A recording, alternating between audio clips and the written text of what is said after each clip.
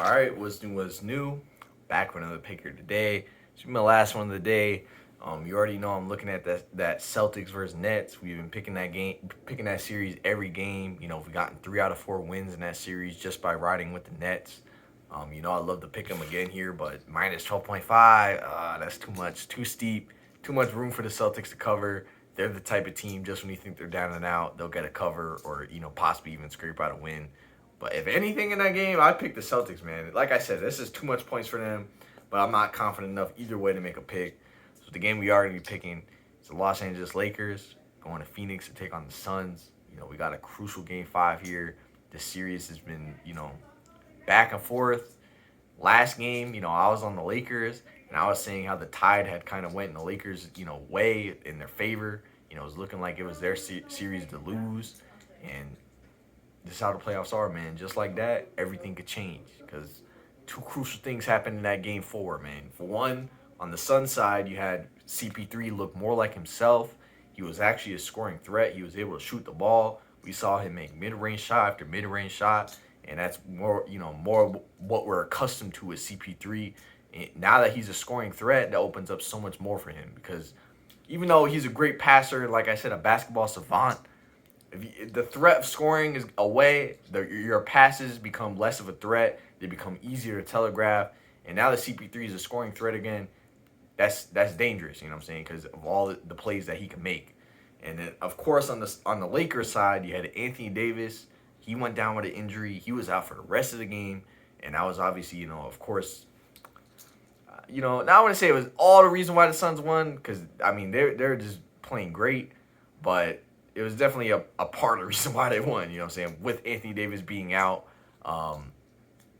this is huge, man. This is the type of stuff that switches the whole dynamic of everything. This is what makes the series go in the whole different direction. And I think the series has done just that, man. I think the Suns gotta like their chances. I'm not saying they gotta be winning this series. It's still the Lakers at the end of the day. You don't know if Anthony Davis is gonna come back or not. It really does. Who the hell knows, man? We just don't know. But you gotta like your chances. Essentially, now this is a 2 out of 3 series. You gotta win 2 games out of 3, and you got 2 games at home. If you're the Suns, you gotta take advantage of this game. This is a crucial game. This is the biggest game in recent franchise history. If you're the Suns. I like them to get a win here. And, with -5, that's not too big of a spread. I'm willing to take it, but I'm going to buy a point. I'm going to make it -4 for the Suns. And I understand why you go with the Lakers. I really do. And this is not a home run pick for me where I'm like, oh, you got to go with the Suns. Are you crazy if you don't go with the Suns? Not saying that at all. I could definitely understand the thinking of going with the Lakers, regardless if Anthony Davis plays or not. You still have LeBron James there. And you still have, you're going with the best player in the world. And you're picking him to either one, scrape out a win, or two, get a cover and keep it close. I could definitely understand that thinking. Like I said, regardless if Anthony Davis plays or not, regardless if he's at 100%. And what I personally think is going to happen with him is I think he's going to play in this game because, at first he was doubtful yesterday. He was unlikely to play. That's what the media was saying. And now today you see his status upgraded to questionable. So I think he's going to push for it. I think he's going to try to give it a go. Obviously, you just never know. The staff could, he may want to play, and the staff may just say, look, it's not worth it. You're too big for the future. I know we want to win the series, but you got to sit, and then maybe they'll give him a shot in game 6. And honestly, I think that would be the smarter thing to do if you're the Lakers. Not just saying that because I'm picking the Suns. I think the move here for the Lakers is you let Anthony Davis sit, you let him, rest up, try to get as recovered as possible, give LeBron a shot to win the game. He's definitely capable of it. It's not like you have no shot without Anthony Davis.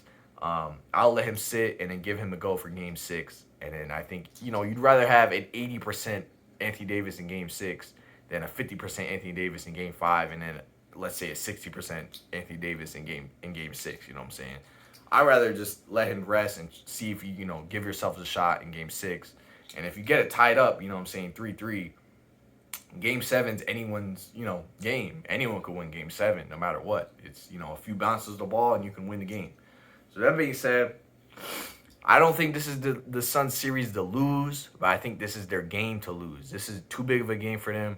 I think Chris Paul and Devin Booker, they know how big it is. You know what I'm saying? This is going to be probably the biggest game of Devin Booker's career. You know what I'm saying? So I'm expecting Chris Paul and Devin Booker to show out today, and I expect the Suns to get a big win because you cannot go to LA after this golden opportunity presents itself down 3-2. You got to go there up 3-2 and then, see what happens. That being said, going with the Suns, picking up a point, -4 for the Suns. That'll be my pick. We'll see what happens.